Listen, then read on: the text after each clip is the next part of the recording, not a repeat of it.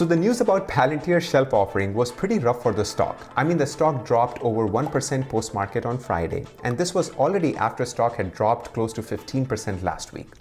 So in this video, let's look at shelf offering in detail, and let's talk about why I feel that Palantir is playing the long game, and let's look at how this is going to affect Palantir's stock in the short term and long term.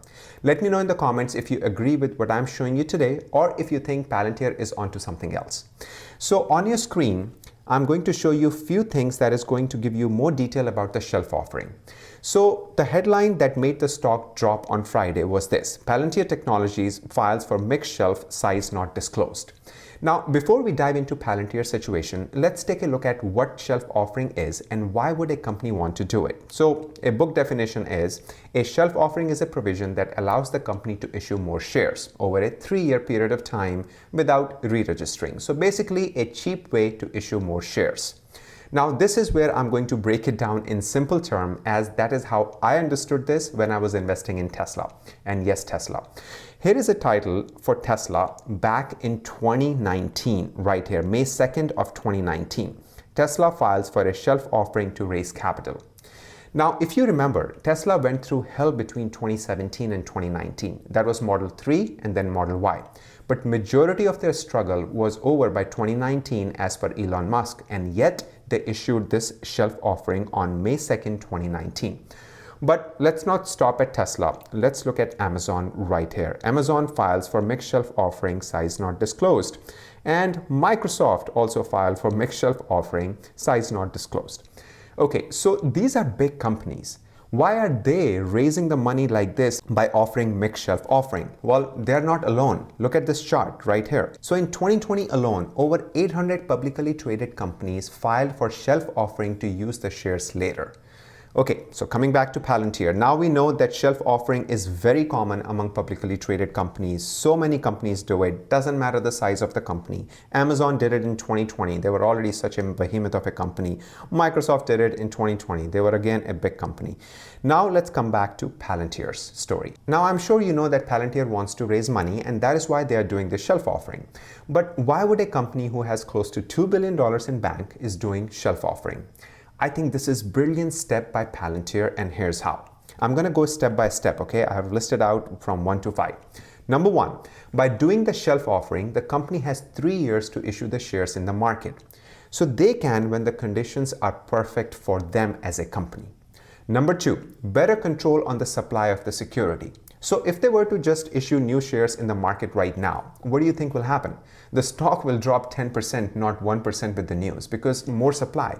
So they are in control of the market by doing it shelf or this way.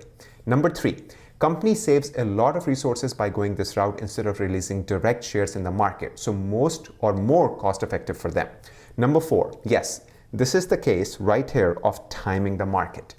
That is, by doing the shelf, they are ready to issue the shares as and when the market is prime, taking full advantage of the market action or price action. It may not be very good for us shareholders in the short term, but for the company, it's a perfect way to raise money. And they don't have to wait because they can release the share tomorrow if the stock price jumps today. More on that later, actually. Number 5, and probably my favorite, buying time. So in my opinion, a company needs cash for 2 things. Number 1, to survive, right? Number 2, to expand. Now, after looking at Palantir's balance sheet, free cash flow, and the contract pipeline, which I shared in my last video, we can say that Palantir has no problem in surviving, but growth, on the other hand, is totally different story for Palantir. Over a dozen SPAC investments, with holiday season coming like right in just few months, supply chain issues are heating up more. And I feel Palantir will be working day and night to take advantage of these momentum. And of course, any growth company would. And by doing this, they're setting themselves up for a future need that may come sooner than we think. We investors have no insight on what the company is seeing internally. And I feel that Palantir is kicking on all cylinders. And that is why they are taking this step as future expansion that they're planning might need a lot more capital than what they have.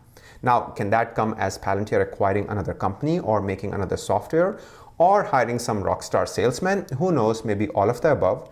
I'm not worried at all about this offering personally. Now, all I can say is this.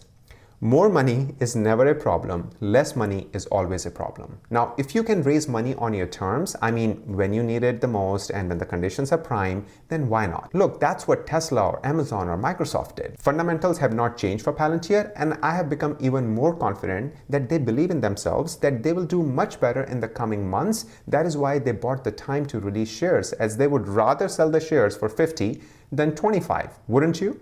So one more thing, they filed this offering on October 1st, first day of fourth quarter, or just days before they will release the earnings for Q3. Now you tell me, are they expecting earnings that will make the share jump so they can then raise the capital? I don't know, but that is something to think about.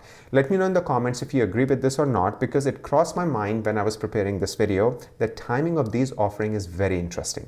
Hope I provided some value, and if you like the video, then consider subscribing and hit the like button so we can reach out to more Palantir lovers. As always, an absolute pleasure to be here. Love you all. Until next time, you all have a sparkling day.